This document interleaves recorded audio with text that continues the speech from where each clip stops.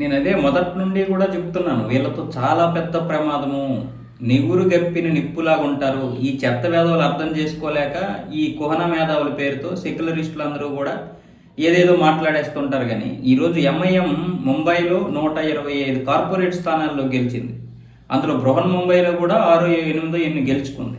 ఇక్కడ ఒక కార్పొరేట్గా గెలిచినటువంటి యూనస్ షేర్ యాకో ఎవరో, మొత్తానికి ఆవిడ ఏమన్నది ఆ రోజు, మొత్తం దేశాన్ని ఒక ఆకుపచ్చగా మార్చేస్తాం, ముంబైని ఆకుపచ్చగా మారుస్తాం, దేశాన్ని కూడా త్వరలోనే మారుస్తాం, ఇక హిందుస్థానీ అంతా కూడా మాదే, మా అధీనంలోకి వస్తుంది అన్న విధంగా మాట్లాడింది.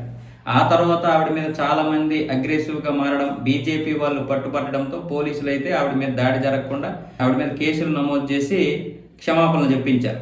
ఆ తర్వాత ఆవిడ నాదంతా తప్పుగా అర్థం చేసుకున్నారని, నేను క్షమాపణలు చెప్తున్నానని, ఐఎమ్ సారీ, ఇక నుంచి ఇలాంటివి చెప్పనని ఏదో లిఖితపూర్వకంగా ఒక ఇది ఇచ్చింది. వీళ్ళకి అలవాటే ఇది, ఏదైనా అనేయడం, సారీ చెప్పడం, లేదంటే మీరు తప్పుగా అర్థం చేసుకున్నారు. ఈ రెహమాన్ అదే కదా, రెహమాన్ లాంటోడు వీళ్ళందరూ మాట్లాడేది అవే. రెహమాన్ కూడా చివరికి ఈ విదేశీ యాంటీ ఇండియా ఇది ఉంది కదా, ఏంటది న్యూస్ పత్రిక, న్యూస్ ఇది బీబీసీ, ఆ బీబీసీతో మాట్లాడేటప్పుడు కూడా ఇలాగే మాట్లాడాడు.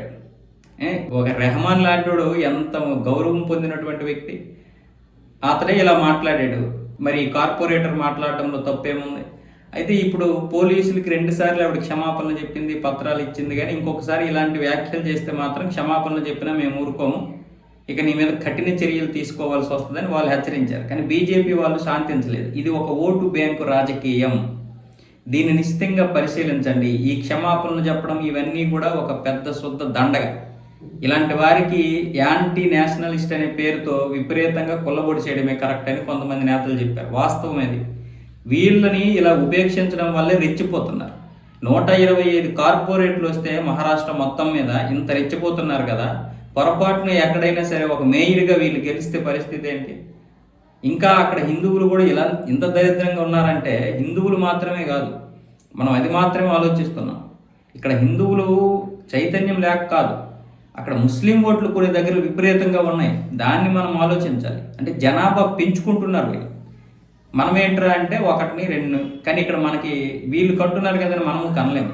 ఇక్కడ ఒక సమస్య పరిష్కారం ఏంటంటే ఎప్పుడైనా సరే ఇక అందరికీ కూడా యూసీసీ అమలు అవ్వాలి, యూనిఫామ్ సివిల్ కూడా అమలు అవ్వాల్సింది. ఎవరైనా సరే 2 పిల్లలే కనాలి. హిందువులు 2 పిల్లలు కనాలని గట్టిగా చెప్పినప్పుడు వాళ్ళు ఎందుకు అంతమంది పిల్లలు?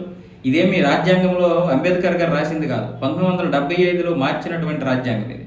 కాబట్టి మనం ఈ సెక్యులర్ అనే పదాల్ని, అలాగే మైనార్టీలు ఎంతమందినైనా కనవచ్చు, హిందువులు కనకూడదనే దాన్ని వెంటనే తీసిపడేయాలి. హిందువులు ఎంతమందినైనా కనవచ్చు, అది మీ ఇష్టం. 1 గంటరా, 2 గంటరా, 3 గంటరా, 4 గంటలు మీరు కనుక్కోండి. మీకు ఓపిక ఉంటే కనండి, లేకపోతే మానేయండి. కానీ మైనార్టీలు 2 కనాలి.